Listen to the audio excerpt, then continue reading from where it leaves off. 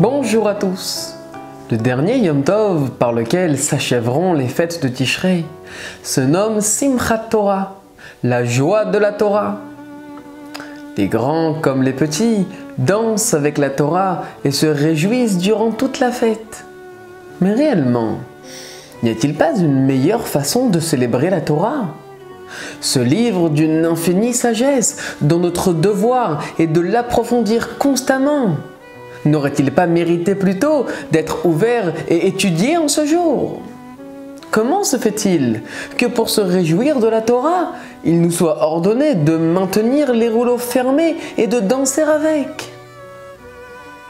En réalité, se trouvent dans la Torah deux aspects fondamentaux.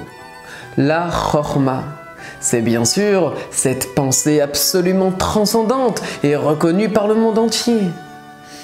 Mais la Torah n'est pas simplement une science, elle est surtout l'expression d'une émanation divine. Elle possède et reflète donc une immense sainteté.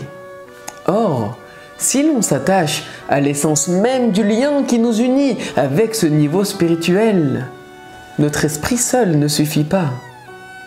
L'histoire nous a malheureusement maintes fois démontré que l'intellect humain peut conduire aux pires atrocités. Il est donc primordial d'aller chercher l'essence même de notre identité, c'est-à-dire la parcelle divine qui est en nous, et c'est à travers cette flamme que notre lien avec Dieu se produira.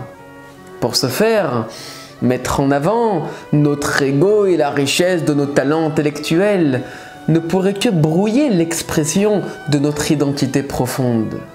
Danser, c'est se réjouir en sautant avec nos pieds.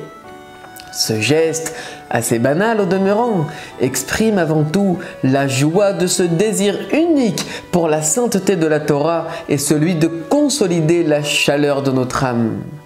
C'est aussi la raison pour laquelle même les petits-enfants s'en réjouissent avec tellement d'enthousiasme, car au niveau des pieds, nous sommes tous égaux.